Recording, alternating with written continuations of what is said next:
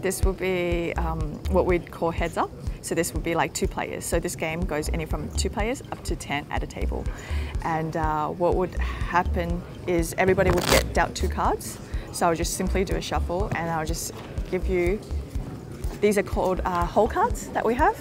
And then you will have a look at yours and I would have a look at mine. Okay, and then I would be because I've got the button, I would be the first to speak. So I'd be like, okay, you know, you would have the blinds out here first and I'd be like, okay, I'm gonna raise it to 150. And then depending on the strength of your hand, you can decide to make a call, you can decide to re-raise, or you can decide to fold. We'll go with a call for now, okay. Right? So then we get 3 community cards dealt in the middle. So the dealer would always burn a card and then they would fan out 3 community cards in the middle. Then now it's about connecting with the board.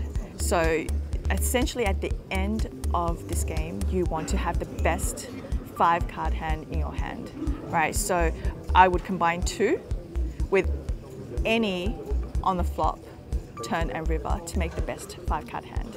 And then it would just be like whose hand is bigger. That's essentially how the game works.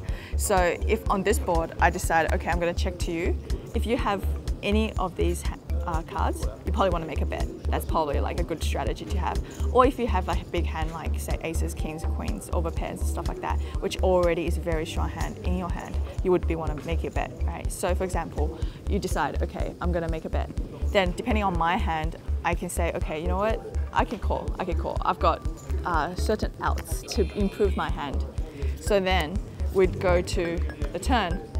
And now, if you have a 7 or a 3 in your hand, you have a full house. So you would have an amazing hand right now. And you want to try to get as much money in there as possible at this point. So right now, I mean, my hand's not looking great to be honest. But so if you decide, okay, I can make a bet, and you can make a bet of any amount. You can go all in right now, or you can say, you know what, if the pot is only this much, I'm just going to bet this much, right? I'm bet like probably what is in the middle. That's probably a good bet, and then I'd be like, okay, you know what, I think I fold my hand, right? So I'll go ahead and fold my hand, which is just 10 high here, and then you can show your hand. Wow, okay.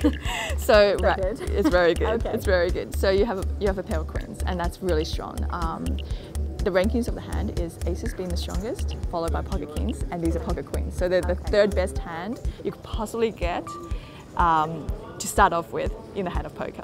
But only at the same time, once the 5 cards come out, everything changes. So for example, if I've got an ace-7 in my hand, now my ace-7 beats your queens because I would have a full house of 7s over 3s. That would be better than your 2 pair, because right now you would have 2 pair of queens and 7s. So that's essentially how the game is played.